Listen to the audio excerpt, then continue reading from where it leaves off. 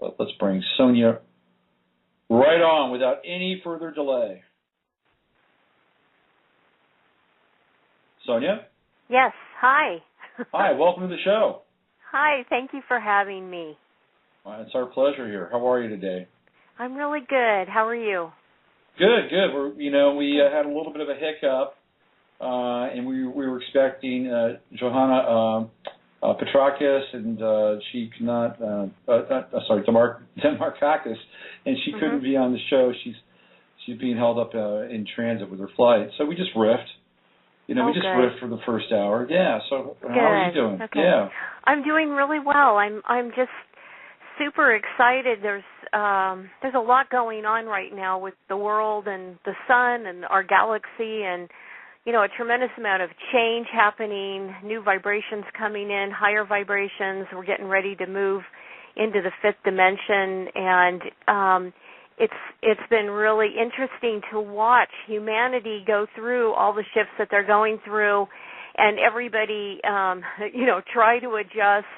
A lot of people with a lot of resistance, a lot of people struggling to find sort of their true north in all of this that's happening. And this is why, I'm teaching these healing and transformation workshops, is so that I can help people navigate into this new frequency that we're moving into. Mm-hmm. And it's been challenging. I mean, it's been challenging for everyone. Mm-hmm. We've watched it in the financial realm. We've watched it in housing, and I mean, every industry has struggled, and a lot of it is because we're literally moving out of this fourth world into the fifth dimension. And people go, well, what does that mean? And it's like, it means that we're no longer going to be living in a time where we got to be self-indulgent and say, oh, it's all about me. We're moving into a time now where we have to have our stuff together. We have to have done our work, because it's going to be all about the earth. No matter how you look at it, no matter where you're standing from, what religion or belief system or wherever you're at, it's going to be all about the earth, and it's going to be about everything that we've created and manifested over the last, so many centuries of the industrial age, and everything that we've done to this planet. This is the time we now will deal with it. I think I agree with you. And, when I look at sort of the big picture, I kind of get into the Kubler-Ross, sort of blueprint for death, right? And the stages of death and grieving and a lot of those things. And I think that we're moving from denial to anger. And the Occupy movement, which in my estimation was mostly astroturf, but did have a real sense of legitimacy, because people they're tired of being pushed around and shoved around and manipulated by outside forces when it comes to their resources, something as fundamental as their homes. So I think we're moving into an anger phase around this. And after anger is grief, right? And it's like, how did we let this happen? Because I think it's important in some ways to kind of finger the perps, but that's not the end. That's not where we're headed. Where we're headed is beyond that. And we're all a part of it collectively. Meaning, all of us come into our lifetime with karma and unresolved emotional woundings from past lives and this lifetime. And so, as we assess the karma of humanity, what we've done, what we've created over many lifetimes that have debilitated, caused huge problems, created illness within this planet, we all end up having to take some level of responsibility. And that, again, is another one of those big, really difficult shifts, because the fourth world, the fourth dimension, has really been about victimization. And the okayness of victimization. I talk about in Angels in the 21st Century, a new perspective on death and dying. One of my books that's out. I talk about the mission statement for humanity, and that our mission statement is that we're here to love at the deepest level of our beings. I'd agree with that wholeheartedly. Yeah, it's so important because we forget, we forget that we are, capable of loving beyond our families and, I love my friends, I love my spouse, but we don't understand that we're really here to love the people in Uganda, the people on the other side of the planet as much as we love our family, as fiercely as we love our family. Mm-hmm. And that takes doing the work. That really takes doing one's homework to comprehend truly what embodying that means. And that's, again, where, I'm a huge advocate in helping people process all the emotional woundings and all the stuff that they're still holding on to. Because when I work with clients, what I watch time and time again is this incredible theatrical production that gets created just in every possible way you can think of, with the core theme of the production being, betrayal or mm-hmm. abandonment or, whatever the emotional wounding is. And so we create these massive productions, Broadway-level productions to heal that wound, and we do it over and over and over. And it's as if our whole mission in being alive, is truly to heal what those woundings are, not only from this lifetime but from our past lives. Mm-hmm. And once people have the, sort of the snap-on moment of, okay, I'm really here to heal, I'm really here to look at this stuff on a deeper level, then they gain the courage to step forward and say, okay, I'm willing to feel some pain and go through this. But a lot of people are just terrified of feeling their pain. And, they'll medicate, they'll check out, they'll go into places that are huge pockets of denial. Yeah. And here we are, hurling through time and space, getting ready to enter into this fifth dimension, and everybody's scrambling. But what they're scrambling for is some spiritual connection. People are scrambling to be hooked up spiritually, and yet, that spiritual connection is not what it can be if one has done one's inner homework. Mm-hmm. Mm-hmm. Yeah, I would agree with you, and 100%. And I know that, you as somebody who is a healing practitioner and works with people very closely, that mm-hmm. when they have a victory and a breakthrough, that you experience that breakthrough and that victory as well. And mm-hmm. you cannot help but be moved mm-hmm. by a sense of love and accomplishment and sharing with that individual as if you're one. And because I have that experience in my own work, and when you begin to have that experience and sharing these moments with people, it's incredibly empowering. And if we can begin to kind of broadcast this in a real omnidirectional fashion so that everybody is experiencing it in their own way, and that mm-hmm. we're all encouraging each other, and we're all sharing in each other's victories, and we're all holding space for each other in our pain and in our cracking through, that we've got a planet of people that are really doing their work. That are healing. We have a planet that's healing. Yes. Absolutely. Because when we start to heal ourselves on the inside, we start to heal this planet. We are so directly connected. That's why I wrote the book, Earthways Healing Medicine for the Soul, is because I really believe that we are energetically so connected to her energy while we're here that if we could all pay attention to that, we will exchange energy in a way that they used to all the time in the past. Again, before we had computers and TVs and phones and everything that we have in the electronic arena, we were so connected to the planet. And we've really disengaged from that. And that's why I wrote this book, is so people will take the time to reconnect to her.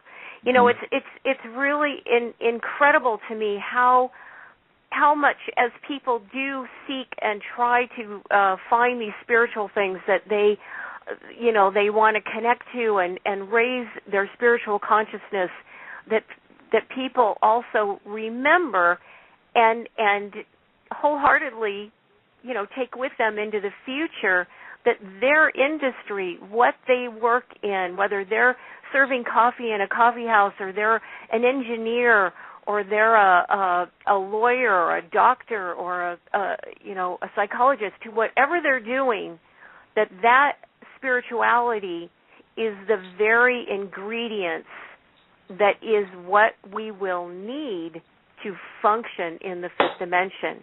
Mm-hmm. Meaning, the fifth dimension means, in my humble opinion, that every step that I take is from a spiritual place. Whether I'm watering the garden, I'm doing my grocery shopping, or I'm talking to a client on the phone, it is totally from a spiritual place. Mm-hmm. As in, will be, the person who's working at Target or the person who's working, down the street at Intel. I mean, it's all about walking a spiritual path. It's not any particular spiritual path. It's simply that person being connected to their source. Mm-hmm. Mm-hmm. Yeah, totally agree. Absolutely. Yeah. So let's talk about you a little bit. Let's go back into the pages and annals of Sonja Grace's history. How did you? Everybody has that moment, theoretically, the moment where they wake up and have the aha moment. This is it. This is what it's about. I want to get closer to it, and in fact, I want to make this my life. Take us back in time. When did that happen to you, and how did you eventually move into the role of being a spiritual teacher? Because it's a role that has a lot of responsibility attached to it. It does, yes. My earliest memory was being 2 years old, and I grew up in an era where those really heavy wooden cribs were, they weighed tons, and I took my naps in a crib in a room in our farmhouse by myself, and I remember rocking the crib. And I was just so happy. I'd wake up just happy. My mom said I was just the happiest child. I'm sure we'll all figure out why. But I would literally roll this heavy crib across the room, and I remember quite vividly my guides, who still work with me to this day, on both sides of the crib, moving the crib across the room. And my mom said she would come in and the crib would be completely across the floor. She had no idea how I did that, and I'd just be sitting there laughing. Wow. Yeah. So it progressed to, being 5 years old, playing in the woods, seeing all of the Davic realm, and coming home and telling my mom these wild stories about all the spirits of the trees. And then it progressed to being 12 years old and watching the entire spirit realm walk through my house. And that's when I knew, there was something really different about me in comparison to everybody else I talked to, and no one else had those kinds of stories. So, I went into a real dark phase of not being able to handle it, and really, went through series of initiations to get to the place of being, having that moment of clarity and sitting in front of my first teacher. And that includes, near-death experience to bring me to this place today. Mm-hmm. I sat in front of my first teacher and said, I really need help because I have something going on here that I don't know how to wield. I don't know how to work with this. And she was beautiful. She gave me the platform and the structure that I work within today, and she helped me really understand my gifts, and be able to work with them with integrity and clarity. And I am forever grateful to this woman. I've had 3 teachers in my life.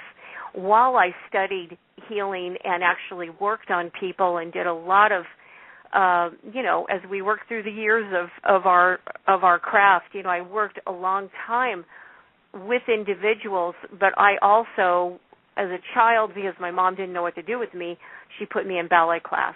And it was like, well, you're really an odd child. I'm going to put you in the arts.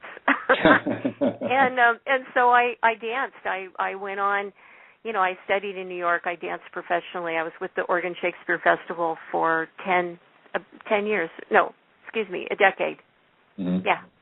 And I really, really loved it. I loved performing. I loved being on stage. I had a wonderful time, but my experience, again, in that process of dancing and moving through space and time was really helping me ground what was going on within me. And I had wild experiences. I mean, I remember several times being in the wings getting ready to go on stage with, some blast of movement and seeing, like spirits standing there. And it was like, okay, get out of the way. I'm coming on. And so I was always kind of one foot in that world, one foot in this world. And when I finally retired from dance and moved into this work full time, I sat down sobbing in tears and just my hands on the earth, said to God and the universe, my life is your life, and that I am in service to you. That's it. And I'm still, I get really emotional just saying it to you now because it's such a huge responsibility. I mean, so many people say, oh, I wish I could do what you do, and I wish I had your abilities, and blah, blah, blah, and I just want to look at them and say, you don't know what you're saying. You don't know the stuff that I've gone through and the hell that I've seen, and what I battle and deal with in being in this place. It's very difficult, and I've been very diligent about my path, my pursuit of working from the highest place of integrity and clarity has always been, like number one for me. So there's a lot of things I don't do. There's a lot of things I don't, indulge in because I really honor these gifts. And like I said, when I was younger, between 12 and 21, I really I went through some very dark times trying to wrestle and deal with what I was born with. And I actually have past life memories of being with my guides in all of my lifetimes. And this is something that, again, one is born in, one has sort of the history of this kind of thing.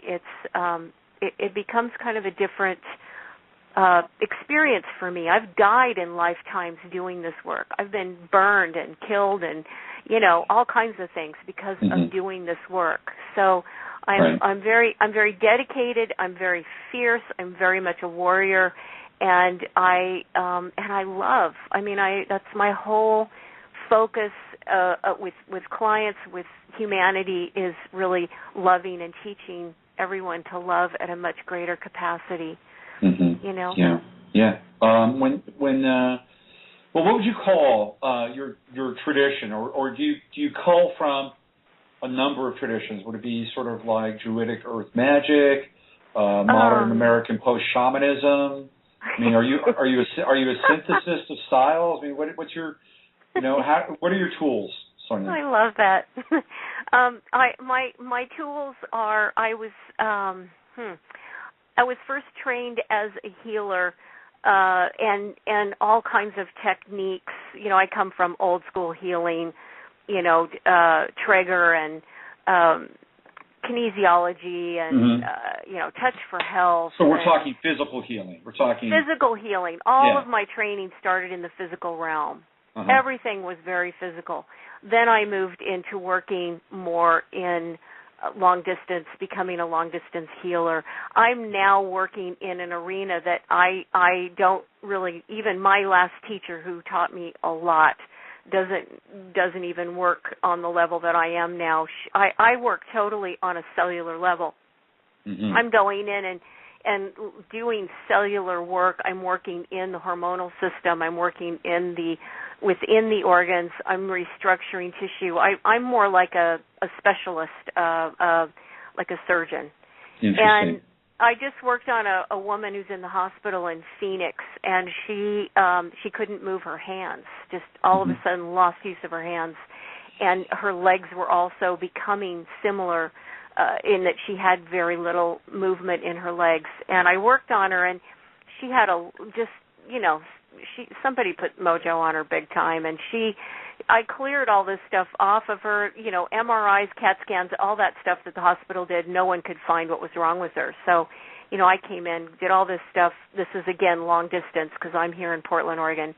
And she called me the next day, and she said for the first time she could move her legs much easier on and off the bed, and her walking had become stable, and that she was able to finally grip something. She was able to grab something and grip it. And and that feels really good. I mean, I just sat and smiled, I think, all day. I was so happy.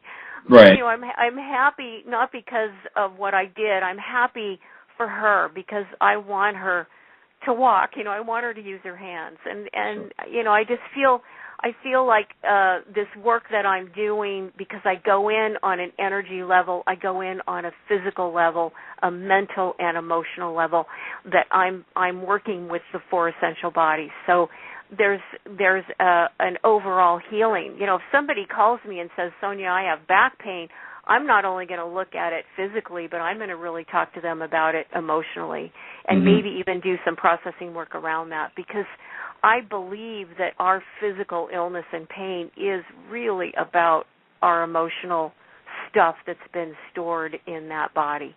Yeah. I totally agree. So you said that you've had to make some sacrifices in your life to be able to be fully present with the work and be available to the work. Can you speak to what some of those sacrifices are? Well, I haven't drank alcohol or done any drugs for 30 years. Yeah. And I stand by that very strongly, because I know what it's like to almost die from those things.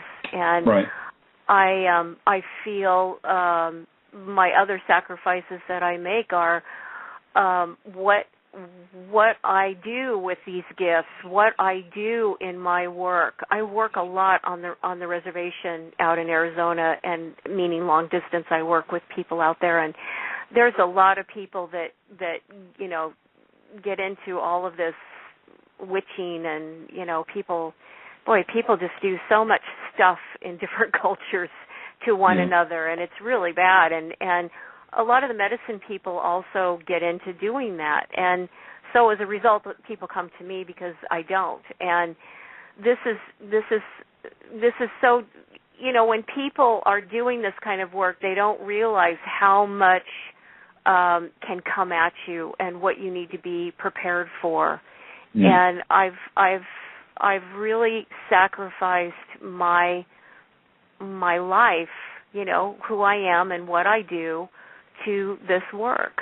I mean, I've been on the phone literally till 11:30 this whole week at night working on people who have called me. And I don't, I schedule appointments. I don't take random calls. These are people on, the reservation and family members and stuff. But it's like I'll drop what I have to do and do the work. What about personal relationships, sexual intimacy, stuff like that?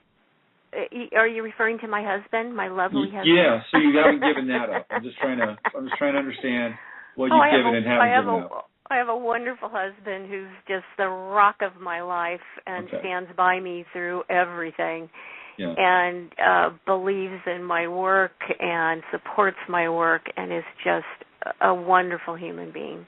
Good, excellent, he's great. Yeah. So let's talk a little bit about. Oh, I'm sorry. You wanted to say something else? Well, I did want to say that I really wanted the opportunity to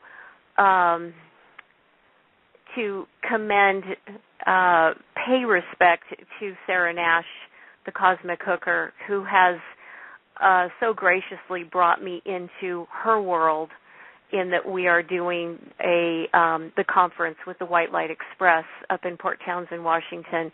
And she and I are presenting workshops that weekend.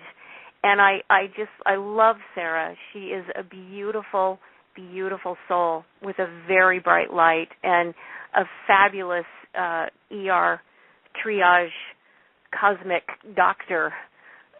She's fantastic. And I just really wanted to say that to you, that Sarah came to take my workshop down in Joshua Tree Retreat a couple of months ago, and we just had this uncanny connection in my workshop, and she said, you really ought to come up to Port Townsend and do a workshop, and I'm going to be holding this conference, and I'd like you to be a part of it. So that's sort of where it all got birthed. And I am really looking forward to getting to do this conference with her because she's a phenomenal human being. She's all that and a bag of chips. And That's right. Yeah, and she's very funny too. Sarah is one of the funniest people I've ever met. So yeah, you get all the spiritual intensity and a few belly laughs along the way too. Exactly. Yeah. Yes. Yeah. Well, good. That's let's see, it's August 17th and 18th, right? Correct. Yes. Yes. She's doing a workshop on the 17th, and my healing and transformation workshop is on the 18th. And it's going to be two full days of really, really good transformational work. So you have a small group of people for one day, something very intensive. What would you do with those people in that amount of time so they can walk away from that experience with something really meaningful and transformational in their lives? Well, my workshop, the Healing and Transformation Workshop, is totally geared towards giving people tools to raise their vibration, to be at a higher vibration, so that energy then can meet this fifth dimensional energy and be a lot more cohesive and easier for them to navigate in that new energy. A lot of people are still humming kind of at a lower energy, and and there's things that they do in their lives that lowers that energy. So I'm helping people to learn, first of all, how to ground. I teach a really fabulous grounding meditation. We work on breathing, grounding, and then we move into some more inner work where we're processing and dialoguing with the inner child, and we're really addressing threads to the past. Things that we are still attached to, that argument you had with your father back in 1985 and you never got over it. It's stuff like that. We're really taking those pieces and saying, why am I still so attached to this? What is this really? Why am I unable to forgive and let this go? Because those energies are what's really holding us down. That's what's holding us back from being all that we want to be in this moment, from manifesting what we want to manifest, because our energy is it's like a slow leak in a tire. It's going out, and it's going to this past event. So we're addressing that kind of stuff. We're doing a lot of inner work, and we do some group work. We definitely share within the group, what's going on. If people don't want to share, they don't have to. And we're learning to basically raise our vibration into what I feel is a connection to divine love, and bringing that divine love into embodiment, into the cells, into the body. So the whole day is, kind of one thing after the next, and it keeps moving, and people are definitely not bored. Well, good. Yeah. Good. Yeah. That sounds totally interesting. You, at the beginning of our little chat here, you talked about the sun, and I was actually talking about the sun before you popped in, and I think the sun is really the big story right now. It's the hidden story, the headline that we're not really being given, and I think it's a pretty important one. What's your take with what's going on with the sun right now? It's huge. I couldn't agree with you more. It's huge. I mean, we are being transformed by the sun. Yep. The energy from the sun is bushing out. We had an X-class flare yesterday. I mean, It's coming straight at us. I mean, this is huge. And this is hitting our atmosphere, stratosphere. It's it's bushing in, and it's just, I feel them. I mean, I know when there's a solar flare. It's my head, everything. All I have to do is go online, and it's yep, there was a solar flare. I'm really sensitive to them, and I think that this is something that is affecting everyone. It's certainly affecting our weather. It's affecting all of the, these huge, crazy storms that have been happening in the Midwest and the East Coast. I believe it's very sun-solar flare connected. Yeah, it's big. Yeah, and it's interpenetrating us at a cellular level and at a DNA level, and there's some really interesting stuff going on. Well, and if you look at past cultures and present cultures, so many indigenous cultures, their whole their whole main deity, what they're praying to is the sun. Yeah. Their prayers are said to the sun. Right. The sun is life because it's bringing us what we need so that the food grows. And, the earth is life too, but the sun is really got to be there. And, I think that we're in for some really major shifts this next year.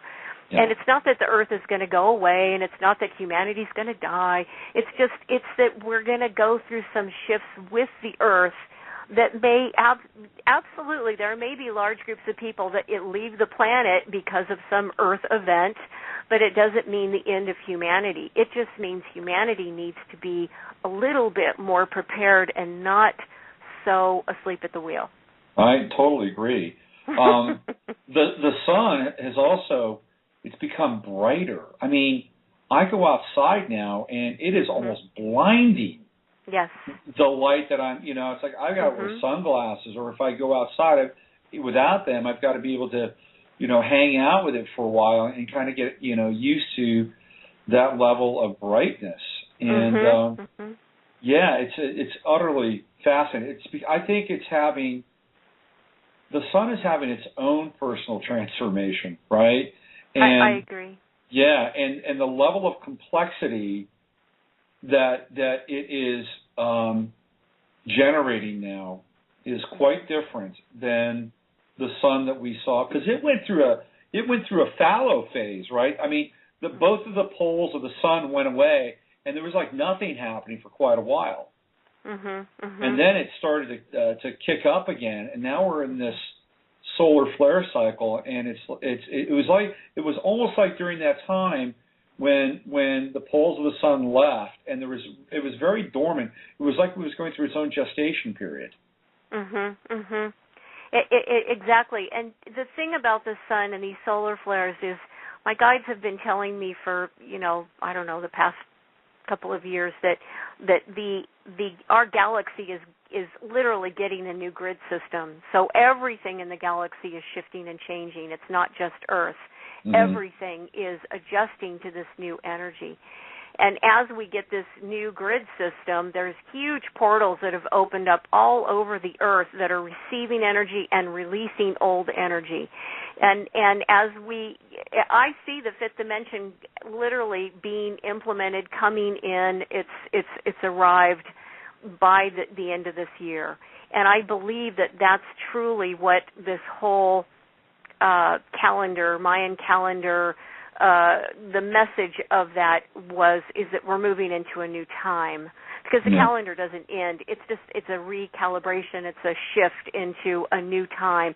And I do feel that as we all adjust and shift to this new grid system, so is the sun. And we're getting it. We're getting it. We're getting it. Yeah, absolutely. Yeah. So it's really powerful. I also was talking to the guides about this whole matter, antimatter. What is this antimatter? What is this part of space that scientists don't understand? Right. Dark matter. What is that?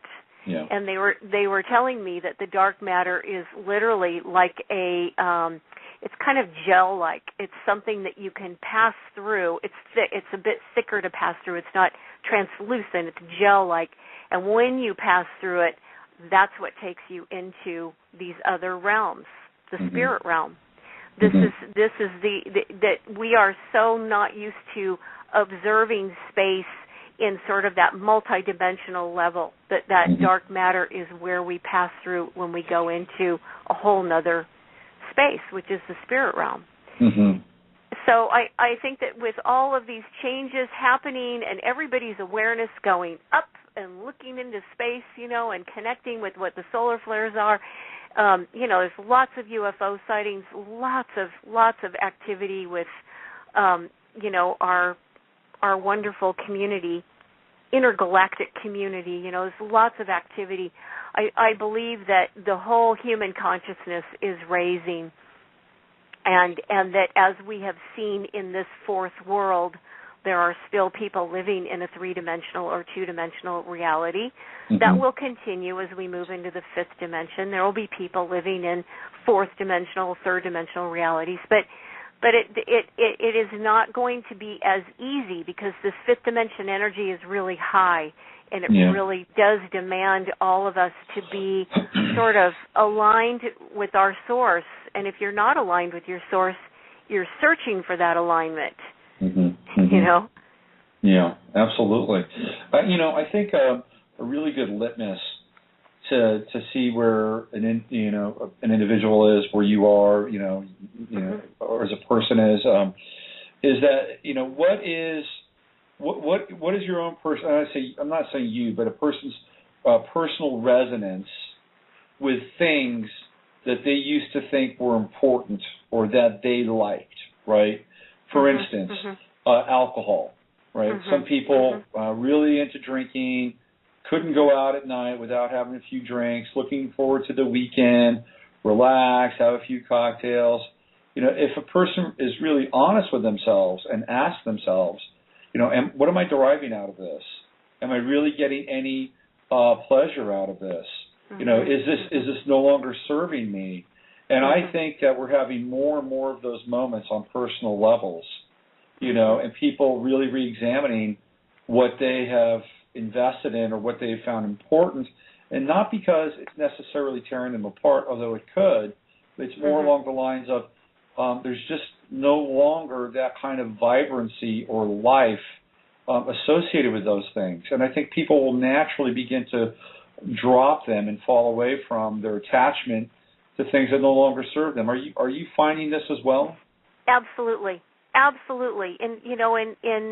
in many of my clients' lives, I see these kinds of shifts. In my own life, I definitely have such a level of detachment going on right now. It's a little scary. I'm not feeling attached to anything, and I feel very. How do I say this? The attention that humanity has given addictions in this fourth dimensional world we've been living in is extreme. There's been tons of really high level addiction stuff, from drugs, alcohol, sex, all kinds of things, addiction levels. And in some regards, this new pursuit of spiritual knowledge has become almost like an addiction for some people. Right. And I'm that's why I keep encouraging people to see the opportunity to take this desire for a spiritual path and simply implement it into their daily walk in what they're doing. Mm-hmm. That it doesn't have to be a massive grab of I've got to know everything. Right. Because that's just an overload, and there's so much stuff out there. It's like, oh my God, I can't even deal with it.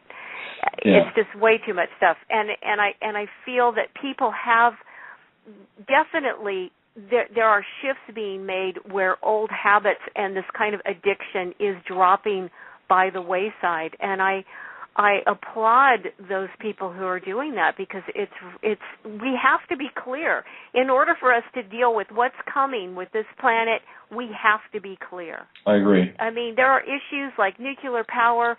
There are issues like the water. The water is one of the biggest issues we're going to be dealing with. Yeah. And we have to be clear that for people to be checking out or thinking that, I can just go shopping and go to the beach, it's going to be okay. Sure, it's going to be okay as long as their awareness and their attention is being applied, to the situation. Because, they're already handing water cards out in India. And, on the reservation, they're having really big water problems. I mean, there's contamination. There's arsenic in the water. There's uranium. I mean, all kinds of stuff. Yeah, I've been talking about this recently. One of the things that I have been, poking around in for a while is this whole Agenda 21, which has come through the UN, and it's a plan literally to move people off the land and into these stack 'em and pack 'em super urban zones. And so as that's been taking place, almost simultaneously, what we've seen is the rise of fracking, all across this country because, they know that there's lots of gas here. And then they've realized that, well, what's standing in the way of us extracting, the gas from this area? Well, it's the people that are actually living on the land. Well, why don't we just go ahead and frack the land anyway and make the water toxic and poison? And, the people have to move. So let's just do that. Let's move them off the land. Let's get them into these urban zones. We'll make them really green and clean and eco-friendly. Meanwhile, we'll just continue to, exploit the land and ruin it. And this is going on right now. A lot of people don't really understand this. So, I think to your point, being able to be on the ball and clear is essential. Yes, absolutely. And knowing what's going on in your community and what's happening, in your own back door. Because of the Internet, a lot of times we get really sideswiped by, oh, gee, I'm going to focus on, what's going on in Ireland right now or what's going on in Spain or, we kind of get distracted by, the rest of the world. But we have to remember to look in our own backyards, to look at what's going on in our communities. Yeah. And definitely what's happening with water, because water is, once that fracking happens and the water's contaminated, I've read such conflicting articles about this.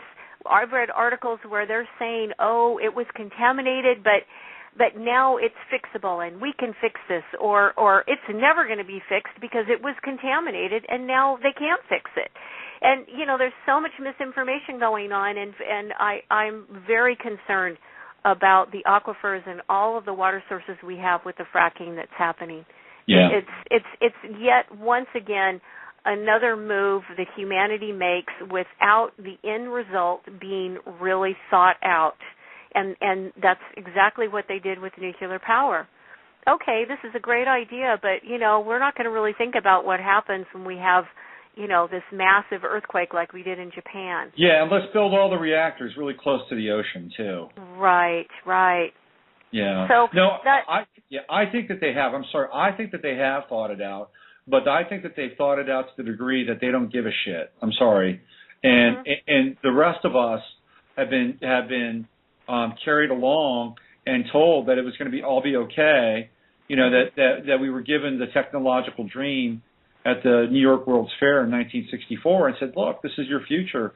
This is where it's all going to happen. It's all going to take place. It's all going to be beautiful. Just trust us. We're going to make your life much easier. You're going to be able to talk to people on your telephone and see them, and your car is going to be able to move in water, and we got it covered, man. We got you covered. And that really wasn't the case at all. And people, by and large, are generally trusting, and and the trust has been violated, and now we're waking up.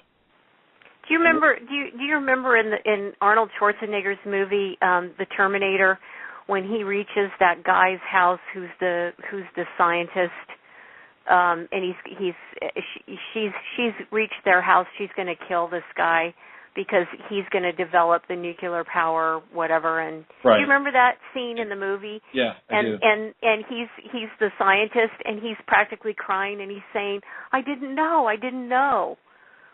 I really believe there's people out there like that who have developed some of these things who didn't know that they developed it out of their own excitement for their industry, for science, for whatever it is that they've created. And it's like, oh, my God, look at what this can do. And then, yes, the powers that be come in, the minds that want to make money and then extract that idea and then make money off of it, but not with the love and the care for the planet that we're talking about right now. Right. And this is, I really believe that we have to bring everybody along, that we can't continue to separate into, they did this and we feel this way, that somehow we can embrace all of it and say, okay, this is simply what's been done and now we need to correct it. And forgive those people, who have done whatever they've done, because look at the history of humanity. My God, there is so much death and war and destruction and heinous crimes. I mean, and we belong to this human race. It's odd that we do, but we do. And so how can we forgive and really have a much deeper level of forgiveness for these things so that we can heal all of it. Well, See what I'm saying? I am. I do know what you're saying. Here's a case in point, and I think we've got to go just a little bit further and a little bit deeper before we get to that point, because I'm not sure we can completely forgive until we have the full story. And I'm thinking specifically about the Sandusky case in Pennsylvania. And Sandusky, was convicted on 45 counts of violating young boys, and that's terrible in and of itself, right? Everybody agrees on that. Now they've had a secondary investigation, and Joe Paterno, who's now dead, conveniently dead scapegoat, he's now being the guy that people are pointing fingers at. Meanwhile, there's people like Graham Spanier, who is the president of Penn State, who's kind of in the shadows, and people are starting to talk about Spanier.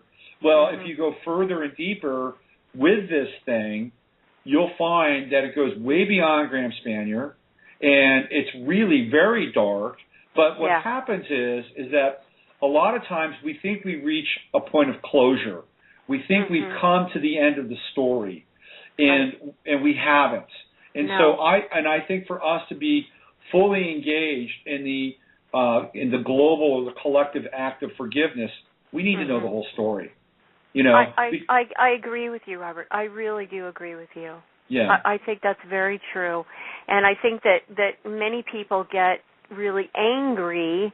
They get stuck in the anger of the injustice of what's happened because it's triggering, some of their own stuff. It's triggering some of their own injustice within them. Right. But also, there's many people who don't have the karmic perspective of being able to look at these people that we're talking about, this situation, at it karmically.